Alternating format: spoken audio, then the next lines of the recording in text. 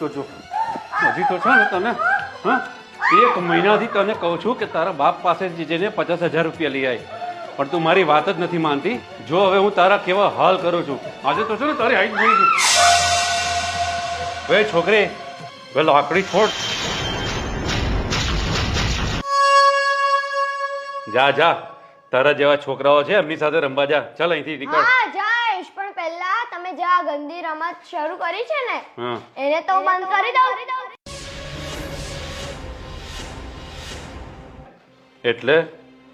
એટલે તું મને રોકીશ એમ? તારી કાકીને તું મારા હાથમાંથી બચાવીશ?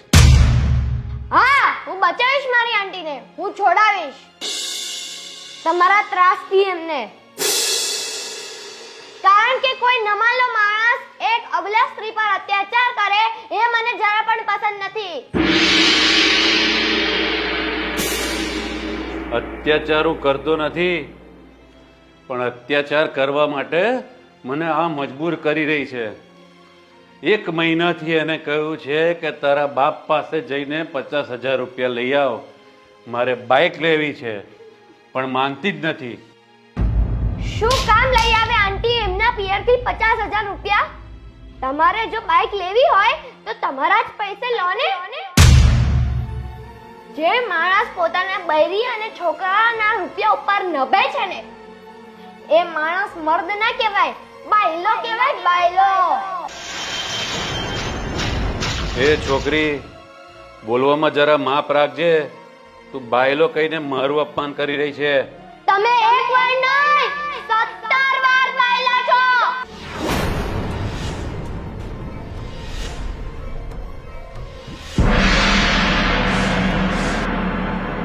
જે માણસ પોતાની પત્ની, બાળક અને વૃદ્ધ મા બાપ ઉપર હાથ ઉપાડે ને, એને શાસ્ત્રમાં પણ હિજડો કહે છે, સમજ્યા? ચાલો આંટી. એ ક્યાં લઈ જાય છે ને? મસાણમાં. અહીં કરતા તો શાંતિ મળે એમને. ચાલો.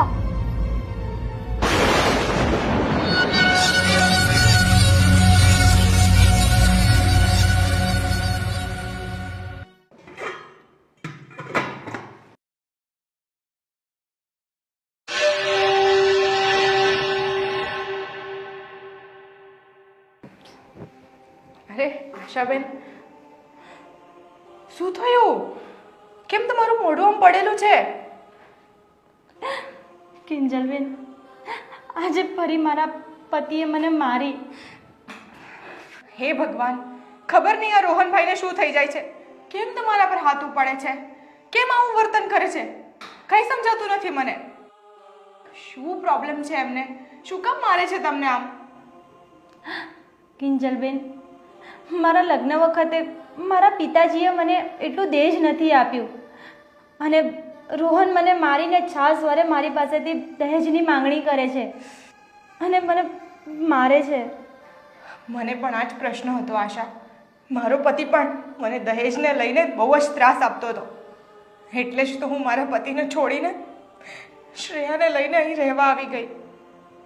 પણ કિંજલબેન, હું તો મારા પતિથી અલગ પણ રહેવા નથી જઈ શકતી, કારણ કે અમારા ભાઈ બહેનનું સાટેપાટું લગ્ન કર્યું છે.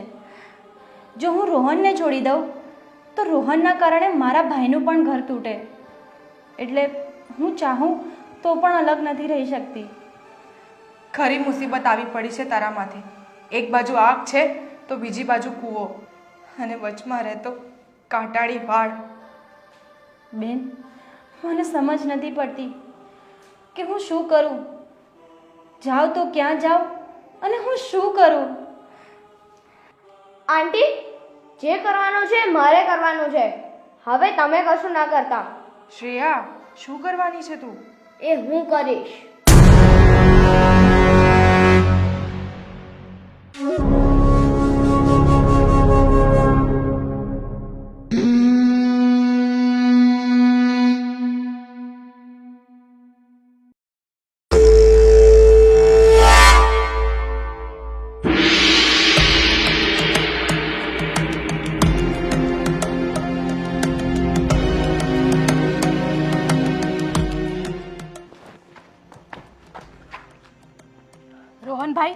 કેમ મારો રસ્તો રોકીને ઊભા છો? જવા દો મને.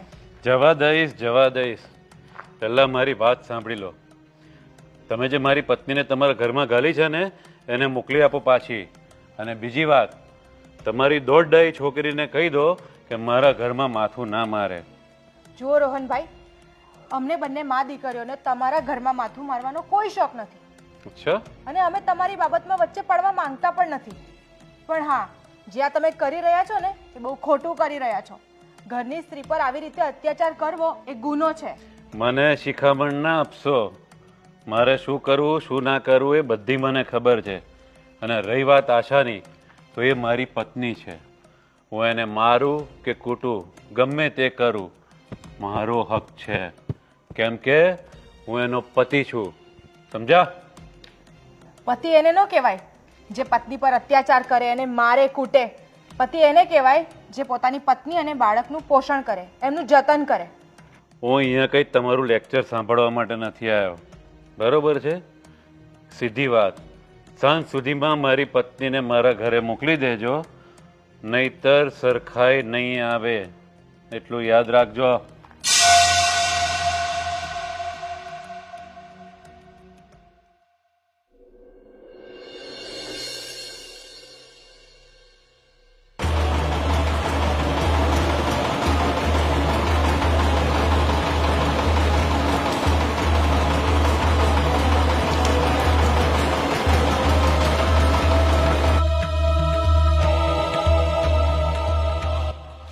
અંકલ, ઓ અંકલ, ઊભા થાવ, મારે તમને એક વાત કહેવી છે. આશા, તું આવી ગઈ એમ?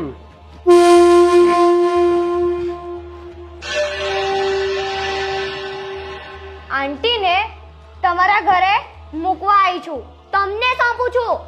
આંટીને હવે આટલી ખરચ પણ ના આવી જોઈએ. એટલે તું મને ધમકી આપે છે એમ? હા, ધમકી જ આપું છું. સમજવું હોય ને તો સમજી લેજો, નહીતર કોઈ તમારો વિરોધ કરે કે ના કરે પણ હું જરૂર એક્શન લઈશ. છે 3 ફૂટની અને મને ધમકી આપે છે, મને બીવડાવે છે. અંકલ, એ ન ભૂલો કે 3 પગલામાં 3 લોકને માપી લેનાર વામન ભગવાન પણ 3 ફૂટના જ હતા. જાપાન જેવા શક્તિશાળી દેશને તબાહ કરી નાખનાર ન્યુક્લિયર બોમ્બ એ પણ 3 ફૂટનો જ હતો. અંકલ, મારું કદ ભલે નાનું હોય પણ ઈરાદો ખૂબ મોટો છે. મારી નજર ખૂબ જ ઊંચી છે. એટલે ચૂપચાપ પડ્યા રહેજો, નહીતર ગોતિયા હાથ નહીં આવો તમે. આંટી, તમારે ડરવાની કોઈ જરૂર નથી.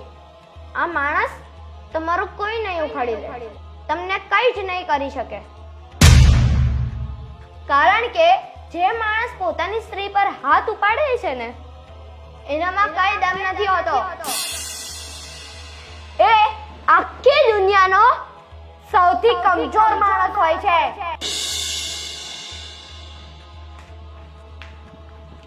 સાલી, બાજુ વાળીને ત્યાં જઈને બધી પટલીઓ કરીને આવી છે.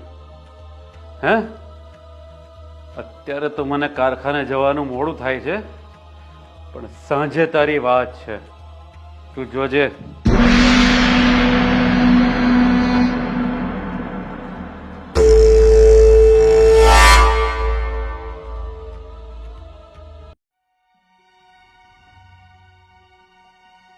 નમસ્તે સાહેબ, હું અંદર આવી શકું છું? નમસ્તે, આવો બેટા, બેસ. બોલો, શું કામ હતું? કોણ છે તું? સાહેબ, મારું નામ શ્રેયાંશી છે અને હું લકી હોમ સોસાયટીમાં રહું છું. હા, શું કામ હતું ત્યારે? સર, અમારા પડોશમાં એક અંકલ રહે છે જેમની પત્નીને રોજ મારે છે, એમને ખૂબ જ હેરાન કરે છે, એમના ઉપર અત્યાચાર કરે છે. એમની હું ફરિયાદ કરવા આવેલી છું. ઓ માય ગોડ, આ તો કાનૂની અપરાધ છે. અંકલ, તમારે એ માણસને સબક શીખવાડવાનો છે. અરે બેટા, એમાં સબક શું શીખડાવવાનો હોય? સ્ત્રી શોષણના અપરાધના ગુનામાં હું એને અંદર કરી દઈશ. નહીં સર, તમારે એમને અંદર નથી કરવાના કે નથી એમના ઉપર કોઈ એફઆઈઆર લગાવવાની. એવું કરવું હોત તો હું પોલીસ સ્ટેશનમાં જાવત. તમારે તો ફક્ત એ માણસને ડરાવવાના છે, એ માણસને ધમકાવવાના છે. પણ બેટા, આવા માણસો ઘાતકી હોય છે, આવાને છેડાય નહીં. પણ અંકલ, જે પુરુષ પોતાની પત્ની ઉપર અત્યાચાર કરતો હોય છે એ આખી દુનિયાનો સૌથી કમજોર માણસ હોય છે. તમારા જેવા પોલીસ ઓફિસર્સ એમને ખાલી એક ધમકી આપે ને તો એ સીધા ડોર થઈ જાય છે એક જ વારમાં. ઠીક છે તો બેટા, આપણે થોડોક પરચો એને બતાવી જ દઈએ. તો ક્યારે આવું તારા ઘરે બોલ? સર, શુભ કામમાં વાર જ શું. ચલો તમે અત્યારે જ. અત્યારે જ? ઠીક છે, ચાલો. ચલો.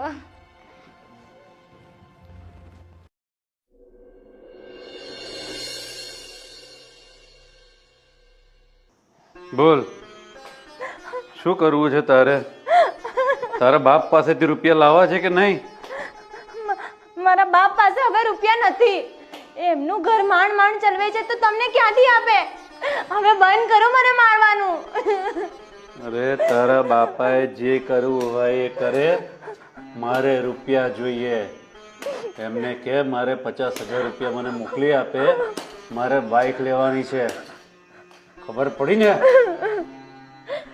તમારે મને મારવી હોય તો મારી નાખો, હું નથી જવાની મારા પિયર. ઠીક છે, તો તું નથી માનવાની એમ ને? નથી જવાની પિયર?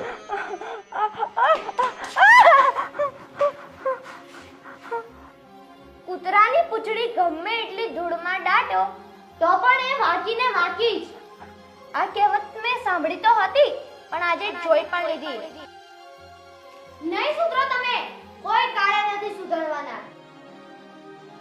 એટલે મારે તમારો ઈલાજ કરવો જ પડશે. અચ્છા, શું ઈલાજ કરશો મારો?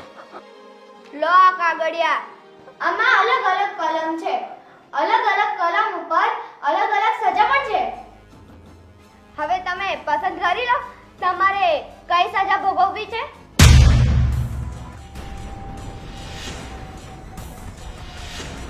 કલમ નંબર 413, સ્ત્રી પર હાથ ઉપાડવાના અપરાધમાં 6 મહિનાની જેલ. કલમ નંબર 422, સ્ત્રી પર દહેજનું દબાણ કરવાના ગુનામાં 6 વર્ષની જેલ. કલમ નંબર 421, સ્ત્રીઓને માનસિક ત્રાસ આપવા માટે 2 વર્ષની જેલ. આ સિવાય પણ 50 કલમો લખેલી છે આ કાગળિયામાં. ધ્યાનથી વાંચી લો. આ બધી કલમો તમારા ઉપર લાગુ પડે છે. એટલે તું મને ડરાવે છે, ધમકાવે છે એમ? શ્રેયા તમને ડરાવતી નથી, સાચું બોલે છે.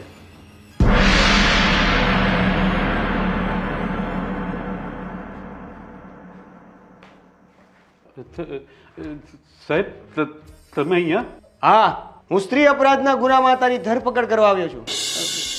સાહેબ, મેં મારી પત્નીને કોઈ ત્રાસ નથી આપ્યો. તો અમારા વચ્ચે થોડી નાની મોટી તકરાર થયા કરે, બીજું કંઈ નથી સાહેબ. જેમ નોર્મલ પતિ પત્ની વચ્ચે તકરાર થાય એવી જ અમારી બે વચ્ચે હે ને કે ને. આ તમારા માટે નોર્મલ છે પણ કાનૂનની નજરમાં મોટો અપરાધ છે. પોલીસ સર, મારી ઈચ્છા એવી હતી કે તમે અહીં આવો અને રોહન અંકલને ફક્ત ડરાવો, ધમકાવો એટલે સીધા થઈ જાય. પણ હવે એમ લાગે છે કે આ માણસને છોડવા જેવો નથી. જાઓ, અમને પૂરી દો જેલમાં અને કડકમાં કડક સજા આપજો અમને.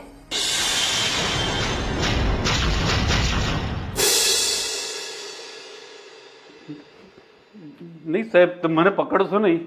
તમારે 2 હાથ જોડું છું, મને માફ કરી દો ને. હું હવે આવું કંઈ નહીં કરું. હું તમને ખાતરી આપું છું કે મારી પત્નીને હું કંઈ નહીં કરું. પોલીસ સર, તમે અમની દયા ના ખાતા, કારણ કે દર્દી ડોક્ટર સામે કરગરે તો એનું દર્દ મટી નથી જતું. દર્દીની દવા તો કરવી જ પડે. જાઓ, અમને લઈ જાઓ ને એમની દવા કરો. ચાલો સાહેબ, સાસરે જઈએ.